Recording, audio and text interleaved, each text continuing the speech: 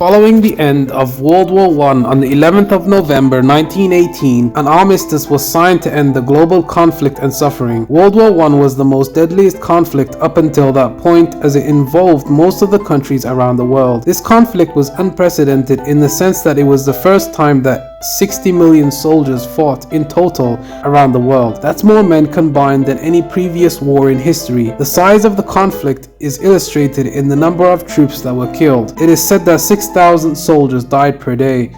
The economic impact was devastating. The war featured new technology such as tanks, airplanes, submarines, machine guns, modern artillery, flamethrowers, and poison gas. All this resulted in over 9 million combat deaths. After the entry of the United States into the war, the tide turned against the Central Powers. Woodrow Wilson then came up with his 14-point plan on how to end the war and create a lasting peace. However, the European victors felt that Wilson's 14-point plan was naive and wasn't harsh enough on the Central Powers. As a result, he wasn't allowed to incorporate his fair 14 points into the treaty. The four main Allied powers consisted of French Prime Minister Georges Clemenceau, Italian Prime Minister Vittorio Emanuele Orlando, British Prime Minister David Lloyd George, and United States President Woodrow Wilson. The Germans and their allies were excluded from the treaty because they had lost the war. The Russians were also excluded as they had signed a separate treaty with the Germans at Brest-Litovsk and ended the war prematurely. France was out for revenge against Germany because they had lost 1.3 million soldiers. 25% of all Frenchmen aged from 18 to 30 had died during the Great War, as well as 400,000 civilians. They were devastated economically also, as their most industrialized region, also known as the Red Zone, the source of most of its coal, had been destroyed as a result of the Great War, and they resented Germany for it. Clemenceau intended to weaken Germany both economically and militarily so that it would never have the means to attack France again. However, his ideas were very short-sighted, in the sense that his misguided attempts had the opposite of the desired effect. The British policy was one of squeezing the Germans and forcing the Germans to pay reparations. David Lloyd George tried to balance between Clemenceau's demands and the 14 points because he didn't want France to become the dominant European power. Keeping Germany as a viable European power would help accomplish that, as well as acting as a measure to France and a deterrent to Bolshevik Russia. George couldn't say what he felt publicly, as the British public wanted their government to be tough on Germany because of their huge financial losses during the Great War.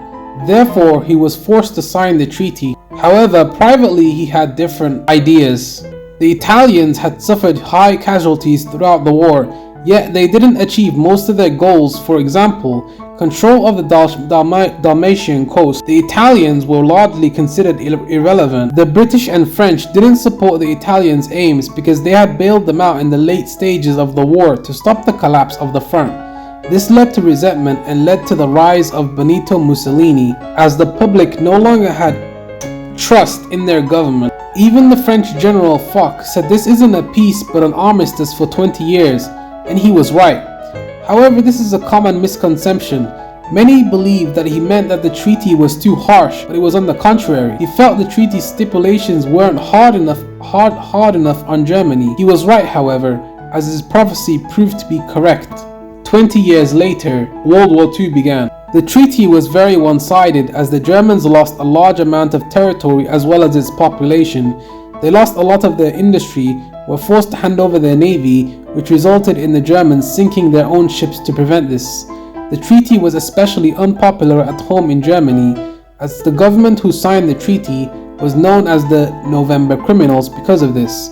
As a result of these issues, the public lost faith in the Weimar Republic, and this led to the rise of Hitler and the Nazi Party. Germany's army was limited to 100,000 and was not allowed to have tanks, submarines, or an air force. The staggering amounts of reparations that the Germans were being asked to pay was so much that their economy suffered a huge downturn and they were unable to make their payments to the Allies. Because of this, the French occupied the Ruhr Valley, which was an important economic center. This resulted in Germany's economic downturn to spiral further. The German workers went on strike, which resulted in hyperinflation and the recession in 1923. Under this humiliation, the German public became receptive to radical voices such as Adolf Hitler's. It was easy to follow him as he promised to tear up the Versailles Treaty and make Germany strong again and avenge the loss in World War I. Germany began to secretly rebuild under the leadership of Adolf Hitler and began building up its air force navy with the use of Mephilbills. Submarine crews were trained overseas. Tank crews trained in Russia to avoid the watchful eyes of the Allies. The Germans marched into the Rhineland in 1936, blatantly violating the terms of the treaty.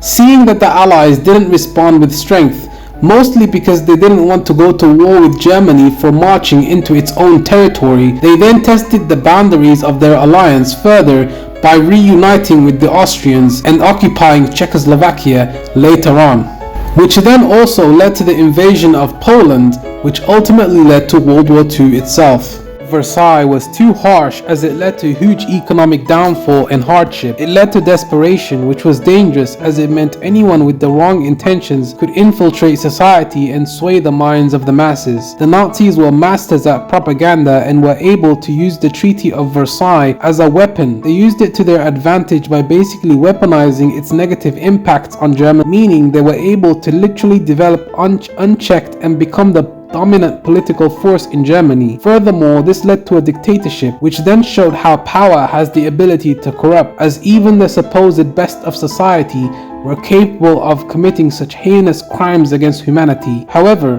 Versailles, the treaty, set the stage for all of these events, in my opinion. Because of this, the Germans were able to surpass the Allies in terms of military technology. While the Germans were spending huge amounts of their GDP on their military and rearming, the rest of Europe wasn't.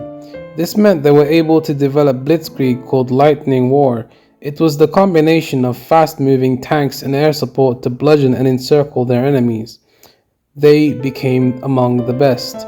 Without the Treaty of Versailles, the Nazi Party would have probably never risen to power. The prosecution of Jews, political opponents, and other so-called undesirables wouldn't have occurred.